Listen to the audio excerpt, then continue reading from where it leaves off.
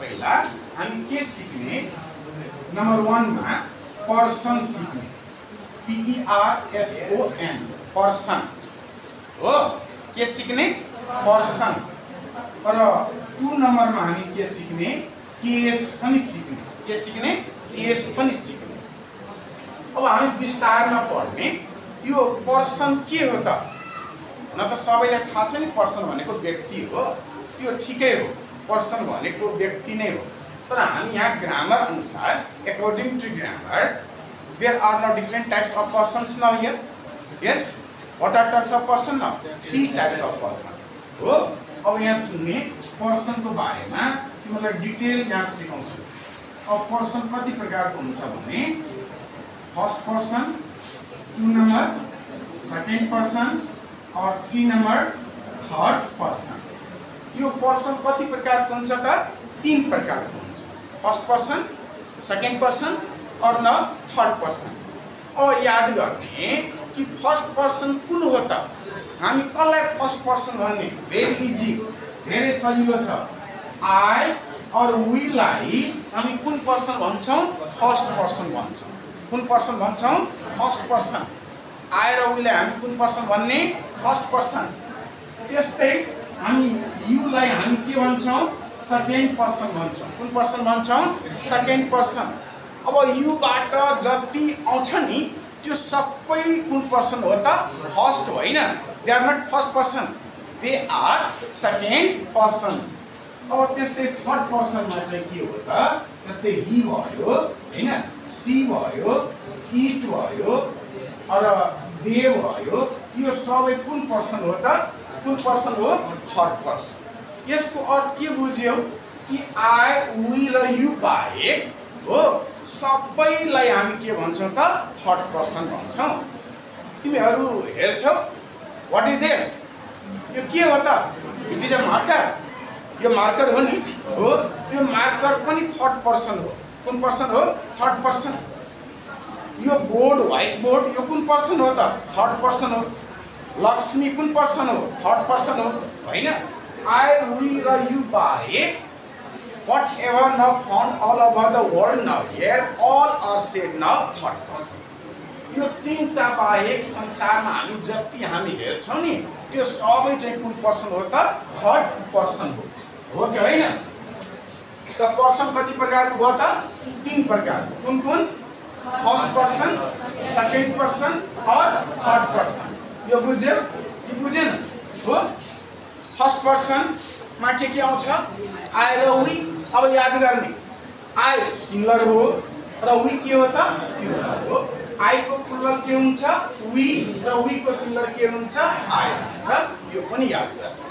Second number U you is not really second person but now you is singular also और plural also. You singular पनि हो र plural पनि हो but all of you remember you always need न plural verb. You सँग जहिले पनि कुन भाग आउँछ त प्लुरल भाग आउँछन् सिंगुलर होइन। यू सिंगुलर हुँदा पनि र प्लुरल हुँदा पनि यू सँग हामी जहिले पनि कुन भाग प्रयोग गर्ने त प्लुरल भाग। प्लुरल भाग भनेको जस्तै के हो त आर भयो वेयर भयो के हामी आई सँग चाहिँ इज प्रयोग गर्न सक्छौं सकिदैन। अब यू कहिलेकाहीँ सिंगुलर पनि हुन्छ त के हामी इज प्रयोग गर्ने नेभर। युज जहिले पनि यू के लिन्छ त प्लुरल। र यो हेर्छौ ही सी इट दे यो सबै कुन पर्सन हो त कुन पर्सन हो थर्ड पर्सन बुझ्यौ। अब हामी आउने के को बारेमा केस को बारेमा ल अहिले म तिमीहरुलाई के पढाउँदै छु what am I teaching you now just now case. अहिले तिमीहरु के पढ्दै छौ केस को बारेमा पढ्छौ। केस कति प्रकारको हुन्छन् त 3 प्रकारको कुन कुन subjective case objective case and now possessive case। I write now all of them here। Number 1 subjective case। 2 number objective case। 3rd number possessive case। यो के हो त टाइप्स अफ केस। यो के हो त केस को प्रकार। अब तिमीहरुलाई म टेबलमा हेर्छु केमा टेबल। अब यहाँ हेर्नु